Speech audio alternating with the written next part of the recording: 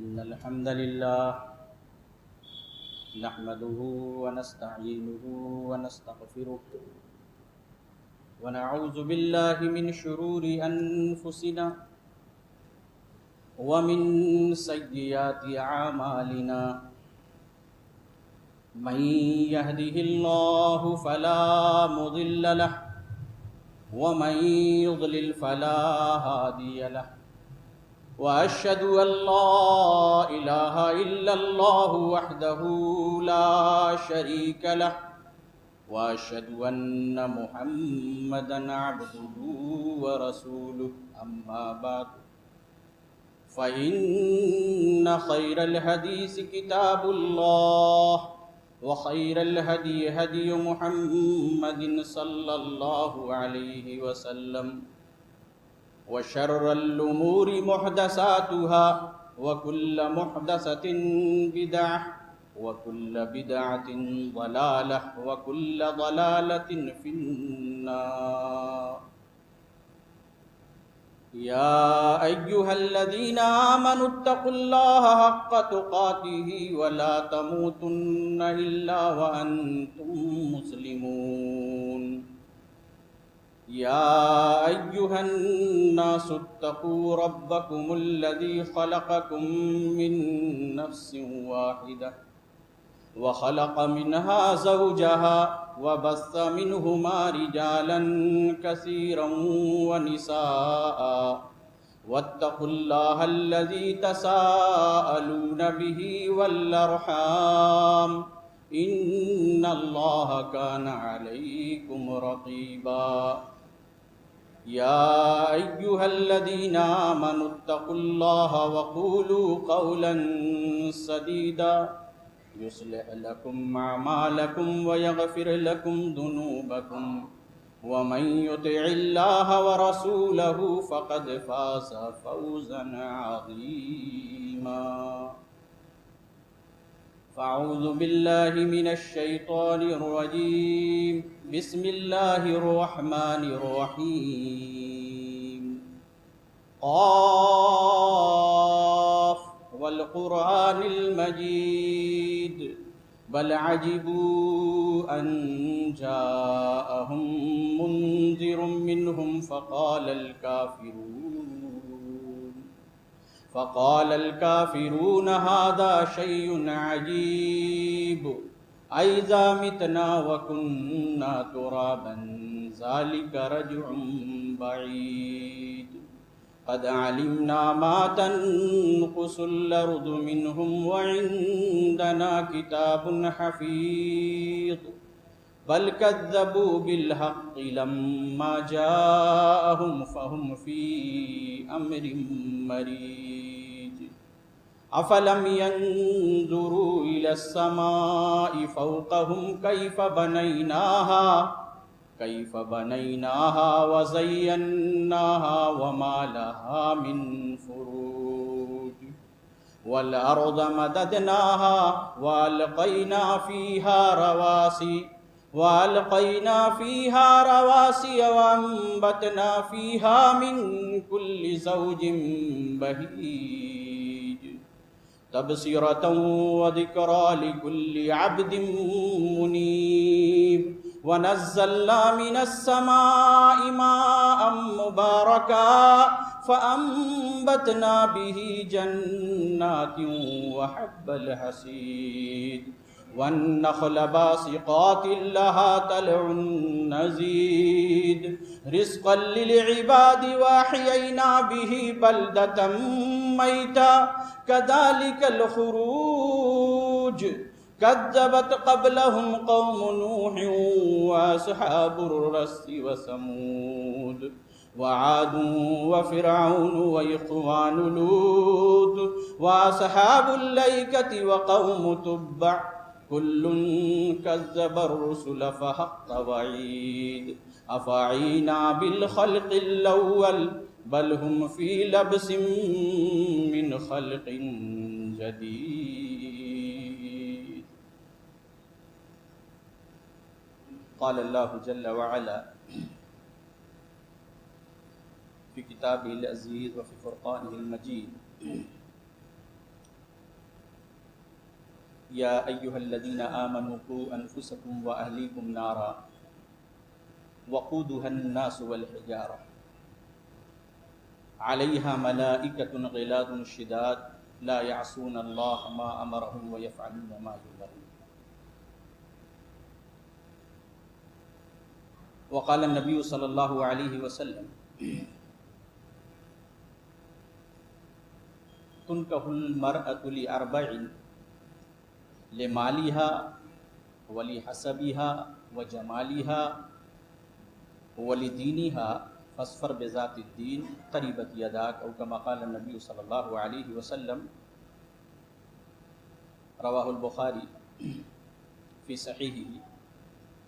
رحمہ اللہ۔ رب اشرح لی صدری ویسر لی امری واحلل عقدۃ من لسانی یفقہوا قولی۔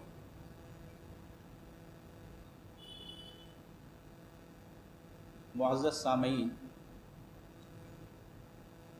خطبہ مسنونہ کے بعد سب سے پہلے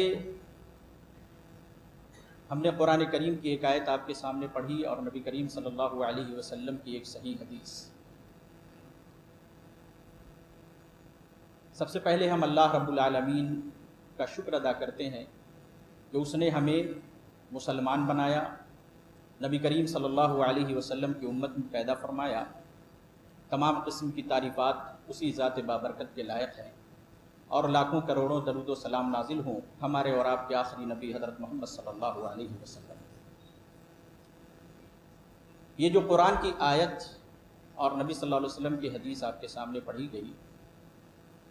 اسی کی روشنی میں آپ کے سامنے انشاءاللہ آج کے اس جمعہ کے خطبے میں میں اپنی باتیں بیان کروں گا کتاب و سنت کی روشنی۔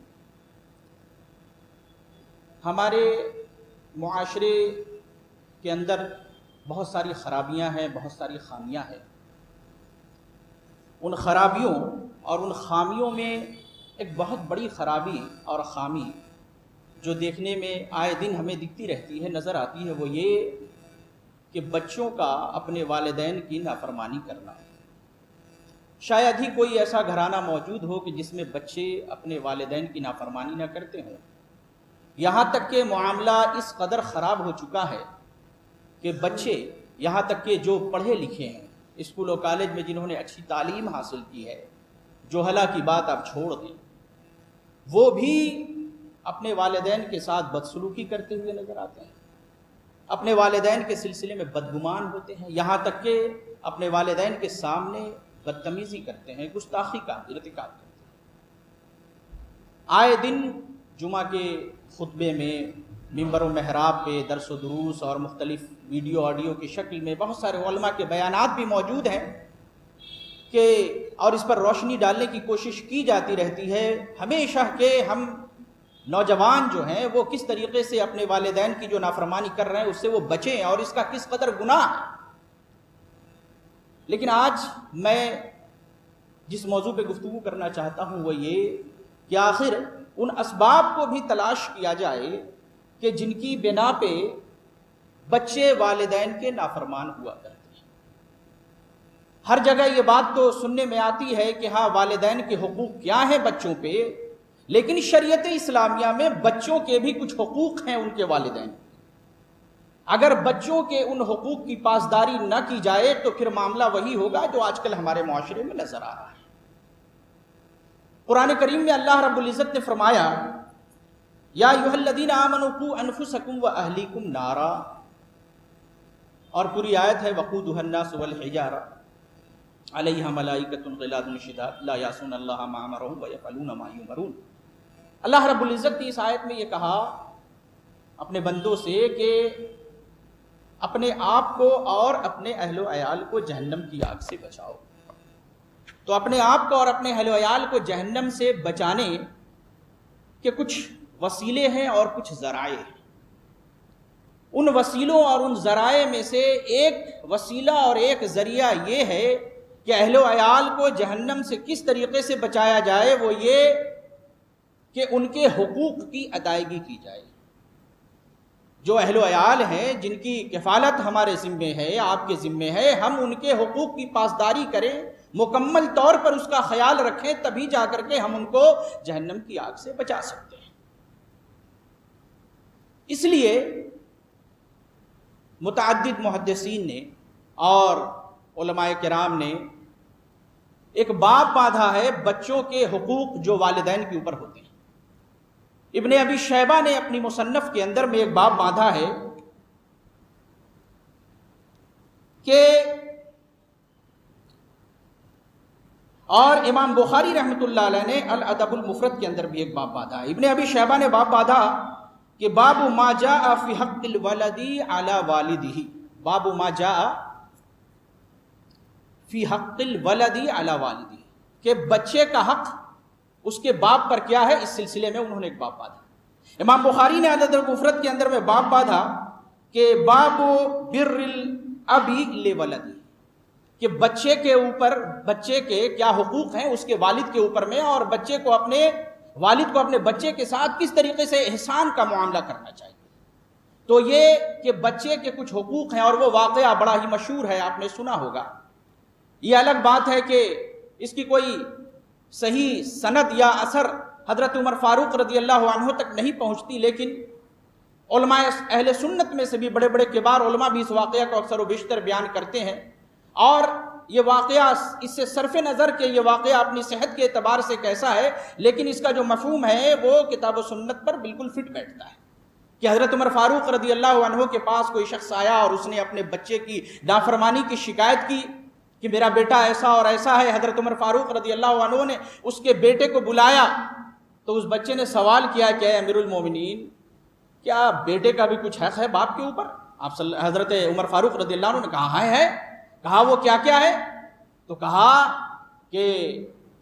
سب سے پہلا حق یہ ہے کہ وہ اپنے بچے کے لیے جو اس کا باپ ہے بہترین ماں کا انتخاب کرے،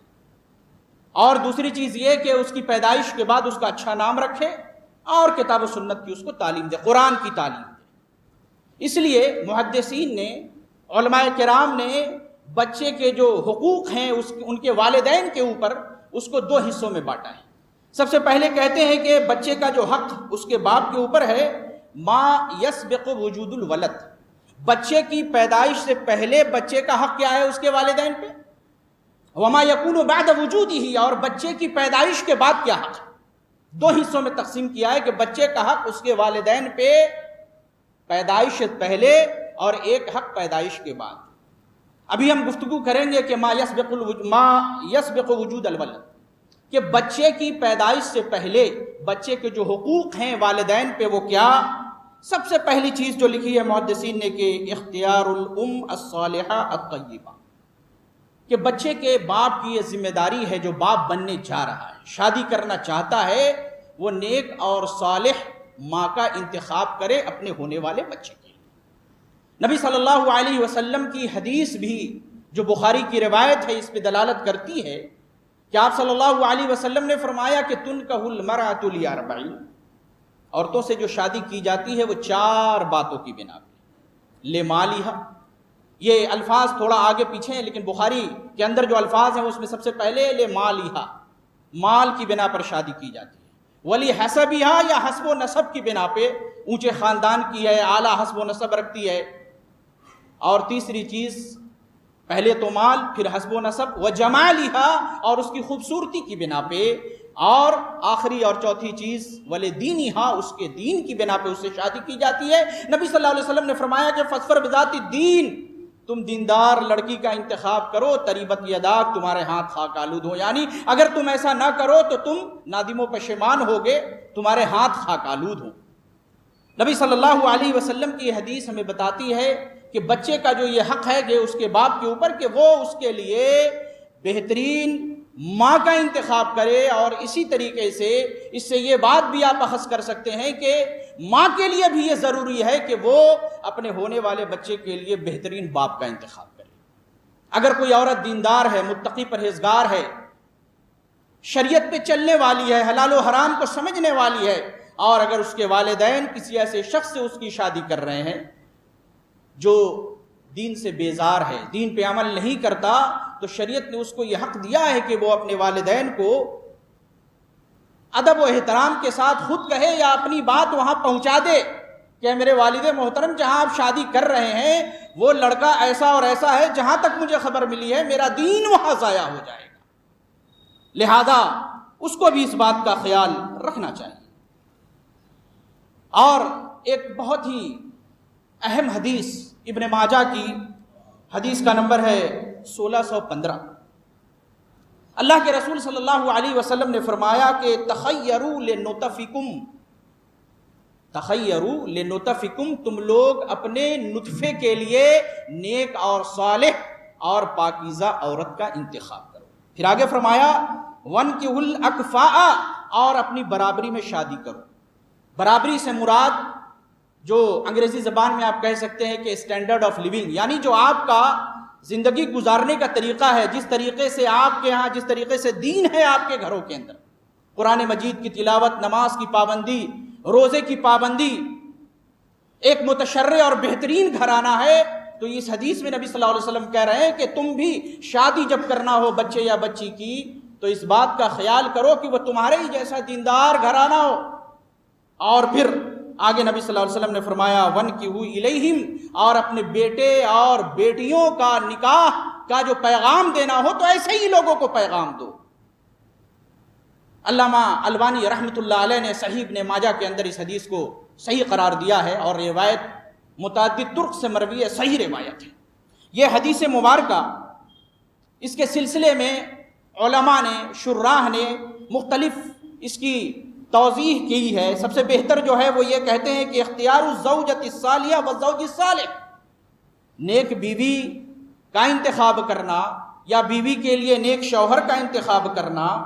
من اہم الامور فی الحیات، کہتے ہیں زندگی کے اہم معاملات میں سے یہ ایک معاملہ ہے۔ والکفاءۃ فی الزواج، اور شادی کے اندر برابری کا خیال رکھنا دین کے اعتبار سے، کہتے ہیں کہ ومراعات، اور اس کی رعایت کرنا لوگوں کے درمیان یہ امر مطلوب ہے۔ وَيُعِينُ عَلَى اسْتِقْرَارِ الْبُيُوتِ، اور اس کی وجہ سے گھروں کے اندر میں استقرار آتا ہے، قرار پیدا ہوتا ہے، گھروں کے اندر خلفشار اور ناچاقی نہیں پیدا ہوتی ہے اگر برابری کا خیال رکھا جائے۔ لیکن بنیادی چیز کیا ہے جو نبی صلی اللہ علیہ وسلم کی وہ حدیث بخاری کی، دین، یعنی آپ کا گھرانہ اگر دیندار ہے تو آپ دینداری کو ہی ترجیح دیں، اور صرف دینداری کے ساتھ ساتھ یہ بھی دیکھیں کہ ہاں ان کا کنبہ اور گھرانہ دین پر کس قدر کھڑا اتر رہا ہے۔ تو یہ جو پہلا حق ہے بچے کا وہ یہ کہ وہ یہ دیکھے اس کا باپ کہ ہاں اس کے لیے وہ کیسی ماں کا انتخاب کر رہا ہے۔ محدثین نے ایک استدلال یہ بھی کیا ہے، بخاری کی ایک روایت ہے، اس کے اندر آپ صلی اللہ علیہ وسلم کے الفاظ ہیں کہ الناس معادن، کہ لوگوں کی مثال کان کی سی ہے، جیسے کان ہوتا ہے اس سے اچھی چیز بھی نکلتی ہے، اور کوئی کان ایسا ہوتا ہے کہ اس سے بری چیز نکلتی ہے۔ کہتے ہیں کہ بہترین کان کون ہے؟ المعدن الکریم الذی طابت اصولہ، کہ بہترین کان وہ ہے جس کی جڑیں اور جس کی جو بنیاد جو ہے وہ بہتر ہو۔ وَإِذَا طَابَتِ الْأَصْلُ، اور اگر اس کی اصل اور اس کی بنیاد درست ہوگی تو طَابَتِ الْفُرُوعُ، تو اس کی جو شاخیں ہوں گی وہ بھی بہترین ہوں۔ تو کہنے کا مقصد یہ کہ بچے کا پہلا حق جو اس کے والد پہ ہے وہ یہ کہ اس کے لیے وہ بہترین ماں کا انتخاب کرے۔ اور مزید اس کے اوپر دلائل دیے ہیں محدثین نے، مفسرین نے، قرآن کریم کی وہ آیت بھی پیش کی ہے کہ ان اللہ اصطفیٰ آدم ونوح وآل ابراہیم وآل عمران علی العالمین، کہ اللہ رب العزت نے نوح کو، آدم کو، آل ابراہیم کو، آل عمران کو تمام دنیا والوں سے منتخب کر کے اپنی رسالت کے لیے چنا تھا۔ پھر آگے اللہ رب العزت نے فرمایا ذریۃ بعضھا من بعض، اور یہ ایک ایسی نسل تھی کہ جو تقوی اور اخلاص کے اندر میں ایک دوسرے کے جیسے تھے، ایک جیسے تھے۔ اور پھر مفسرین نے لکھا ہے کہ ذریۃ بعضھا من بعض، ای ذریۃ بعضھا من بعض فی الدین وفی الادب والاخلاق، یعنی کہ وہ ادب میں، اخلاق میں، دین میں، اور پھر آگے لکھا ہے کہ توحید کے اندر میں ایک دوسرے کے وارث بنے۔ لہذا اگر ماں کا انتخاب بہتر نہ ہو تو پھر نسلیں بگڑ جاتی ہیں۔ اور ایک دوسرا حق جو بہت ہی اہم حق ہے بچے کا، کہ جب بچے کی ولادت کے لیے، بچے کے لیے جب اس کے والد جب شادی کرتے ہیں اور جب وظیفہ زوجیت کی ادائیگی کا وقت آتا ہے تو اس وقت انہیں چاہیے کہ نبی کریم صلی اللہ علیہ وسلم کی بتائی گئی دعا کو ضرور بھی ضرور پڑھیں۔ وہ روایت بخاری کی کہ اللہ کے رسول صلی اللہ علیہ وسلم نے فرمایا کہ تم میں سے کوئی جب اپنی بیوی کے پاس آئے تو سب سے پہلے کیا کہے؟ بسم اللہ پڑھے، اللہ رب العزت کا نام لے، بسم اللہ شروع کرتا ہوں اللہ کے نام سے، اور پھر کہے اللہم جنبنی الشیطان، اے اللہ تبارک و تعالی مجھے شیطان سے محفوظ رکھ، شیطان سے بچا، وجنب الشیطان ما رزقتنا، اور جو تو عطا کرنے والا ہے، جو تیری جانب سے اولاد ملے گی اللہ تبارک و تعالی اسے بھی تو شیطان کے شر سے محفوظ رکھ۔ پھر نبی صلی اللہ علیہ وسلم نے فرمایا کہ اگر اللہ رب العزت نے اس ملاپ کے ذریعے اگر اولاد مقدر کی ہے اس کے لیے تو فلم یضرہ شیطان، تو شیطان اس کو کبھی بھی اس کو نقصان نہیں پہنچا پائے گا۔ مفسرین نے لکھا ہے اس سلسلے میں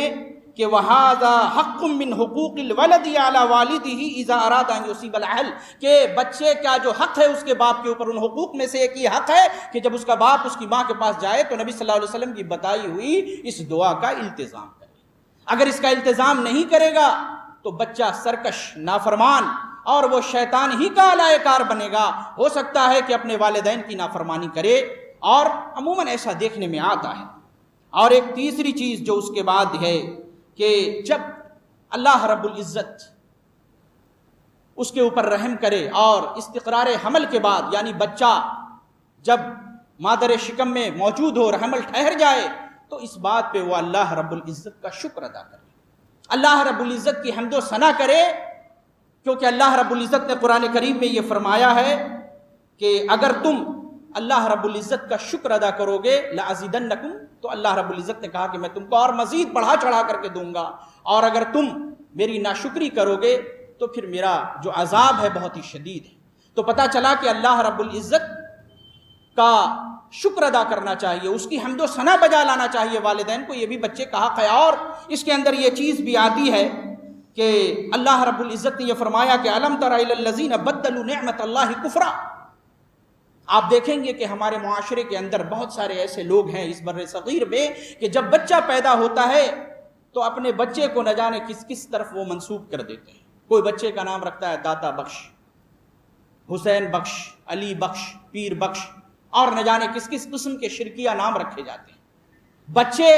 کا حق ہے اس کے والد کے اوپر کہ جب بچہ ٹھہر جائے تو وہ اللہ رب العزت کی حمد و ثنا اور اللہ رب العزت کا شکر ادا کرے اور اللہ رب العزت کا احسان مانے۔ اور پھر یہ بھی بیان کیا ہے کہ انفاق فی سبیل اللہ،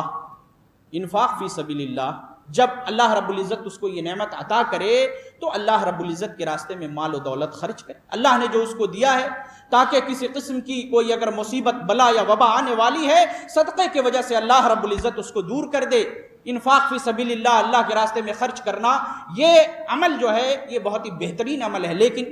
بات یہ دیکھنے میں آتی ہے ہمارے معاشرے کے اندر کہ جب عورت حاملہ ہوتی ہے، بچے مطلب امید سے ہوتی ہے، تو ہمارے معاشرے میں جو لوگ کتاب و سنت سے دور ہیں، اور کبھی کبھی یہ بھی دیکھنے میں آتا ہے کہ جو کتاب و سنت پر عمل پیرا گھرانے ہیں، جو اپنے آپ کو اہل الحدیث اور اہل السنہ والجماعت میں اپنا شمار کراتے ہیں، لیکن صدیاں گزر گئیں، زمانہ گزر گیا، نہ ان کے گھر میں دین کا کوئی چرچا ہے، نہ وہ درس و دروس سے ان کا کوئی تعلق ہے، وہ بھی سماج اور معاشرے کے رسم و رواج کے چکر میں آ کر بہت ساری قسموں اور بہت ساری چیزوں کی وہ ارتکاب کرتے ہیں جس کا کتاب و سنت سے کوئی تعلق نہیں۔ گود بھرائی کی رسم اور نہ جانے کیا کیا چیزیں ہوتی ہیں مختلف گاؤں اور دیہاتوں کے اندر میں، شہروں کے اندر بھی شاید ہو تو ہو، جب کوئی عورت جو امید سے ہوتی ہے جب وہ کہیں جاتی ہے تو اس کی گود میں چاول اور سبز گھاس اور کچھ پیسے وغیرہ شگون کے طور پر رکھے جاتے ہیں کہ اللہ رب العزت اس کی گود ہری کرے۔ اس قسم کی چیزیں یہ اللہ رب العزت کی حمد و ثنا اور اس کا جو احسان ماننا ہے اس کے یہ برخلاف ہے کہ آدمی نعمت تو اللہ نے دی ہے لیکن وہ مختلف قسم کے خرافات کے اندر میں پڑ جائے۔ اور ایک اہم اور بنیادی چیز کہ جب اللہ رب العزت اس کو اس نعمت سے مالا مال کرے تو وہ سجدہ شکر بجا لائے۔ اللہ رب العزت کا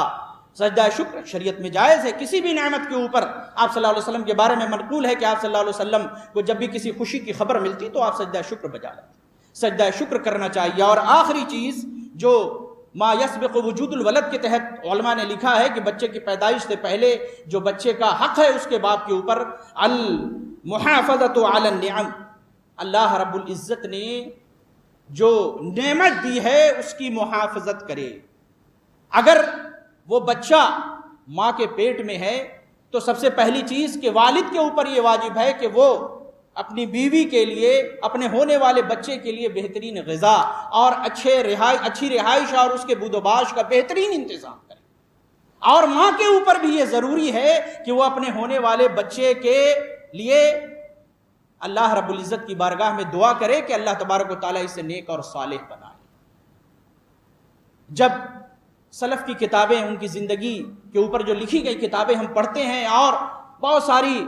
امت کی ایسی مائیں جنہوں نے دنیا کے اندر میں دین کا بہت بڑا کام کیا، ان کے بارے میں بہت سارے لوگوں نے لکھا ہے کہ بعض مائیں ایسی بھی ہوتی تھیں کہ جب بچہ ان کے شکم میں ہوتا تھا تو قرآن کریم کی زیادہ سے زیادہ تلاوت کیا کرتی تھی، نفلی روزے رکھا کرتی تھی، اور جب بچے کی ولادت ہو جاتی تھی تو بغیر وضو کیے ہوئے اپنے بچے کو دودھ تک نہیں پلاتی تھی۔ یہ کوئی شریعت کا مسئلہ فرض و واجب نہیں ہے، لیکن اہتمام کرتی تھی تاکہ میرے بچے کے اندر اس کے اثرات مرتب ہوں۔ لیکن بڑے ہی افسوس کا مقام ہے، شریعت بچے کا حق تو یہ ہے المحافظۃ علی النعم، اللہ نے جو نعمت دی ہے اس کی محافظت کی جائے، لیکن محافظت کا عالم یہ ہے کہ ہماری مائیں اور بہنیں امید سے ہوتی ہیں، بچے کی ولادت قریب ہوتی ہے، لیکن اس کے باوجود یہ جو بلا اور وبا کی شکل میں ہمارے ہاتھوں میں جو موبائل ہے، یوٹیوب ہے، واٹس ایپ ہے، اور گھروں کے اندر ٹیلی ویژن ہے، اب اس کی ضرورت بھی نہیں ہے، عورت حمل سے ہے، قرآن کریم کی کیا تلاوت کرے گی، اللہ رب العزت کا ذکر کیا کرے گی، بیٹھ کر کے ٹیلی ویژن پر سیریل دیکھ رہی ہے، موبائل کے اوپر بیٹھ کر کے نہ جانے الٹی سیدھی چیزیں، اور ایک جو جنون ہے کہ مختلف قسم کے سوشل میڈیا پہ، واٹس ایپ پہ اسٹیٹس کو اپڈیٹ کرنا، ہٹانا، اور گانے بجانے اور تمام قسم کے خرافات کے اندر ہماری مائیں مبتلا رہتی ہیں۔ وہ تو گنہگار ہیں ہی، وہ گنہگار ہیں، لیکن ان کے ساتھ ساتھ جو بچے کا باپ ہے، جو بچہ پیدا ہونے والا ہے، اسے بھی چاہیے کہ وہ اپنی بیوی کو تنبیہ کرے کہ تمہارے پیٹ میں جو بچہ پل رہا ہے، تم نیکی اور خیر کے کاموں میں آگے بڑھو، ذکر و اذکار کرو، برائی سے اجتناب کرو، تاکہ بچے پہ غلط اثر نہ پڑے۔ تو اللہ رب العزت سے ہم دعا گو ہیں کہ اللہ تبارک و تعالی ہمیں ان چیزوں کو سمجھنے کی توفیق عطا فرمائے۔ اور یہ تو بہت ہی مختصر ہے کہ ما یسبق وجود الولد، کہ بچے کی پیدائش سے پہلے جو بچے کا حق اس کے باپ کے اوپر ہے، اور اس کے بعد جو دوسرا حصہ ہے ما یکون بعد وجودہ، کہ بچے کی پیدائش کے بعد بچے کا کیا حق ہے اس کے باپ کے اوپر، اس کی ایک لمبی تفصیل ہے۔ انشاءاللہ اگر موقع ملا کبھی تو اس کے دوسرے حصے کو بھی بیان کریں گے۔ اللہ رب العزت سے ہم دعا گو ہیں کہ اللہ تبارک و تعالی ہمارے معاشرے کے اندر جو بچوں کی نافرمانیاں بڑھ رہی ہیں، ہم صرف بچوں کو ذمہ دار نہ ٹھہرائیں، بلکہ ہم اللہ سے دعا گو ہیں کہ اللہ تبارک و تعالی ہم تمام لوگوں کو جو باپ بننے والے ہیں یا باپ بنیں گے، وہ ان ہونے والے اپنے بچے کے حقوق کی ادائیگی کریں، پیدائش سے پہلے جو حقوق ہیں ان کا بھی خیال رکھیں، اور پیدائش کے بعد جو حقوق ذکر کیے جائیں گے اس کا بھی خیال رکھیں۔ تو انشاءاللہ اللہ کی ذات سے امید ہے کہ اللہ تبارک و تعالی ان کے بچے کو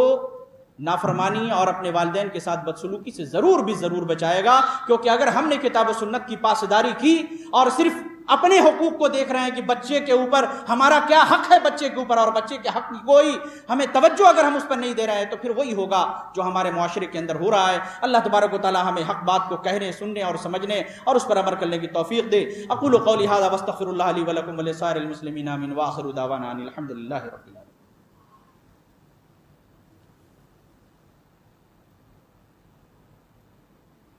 ان الحمد للہ نحمده ونستعینه ونستغفره ونعوذ باللہ من شرور انفسنا ومن سیئات اعمالنا، من يهده الله فلا مضل له ومن يضلل فلا هادي له،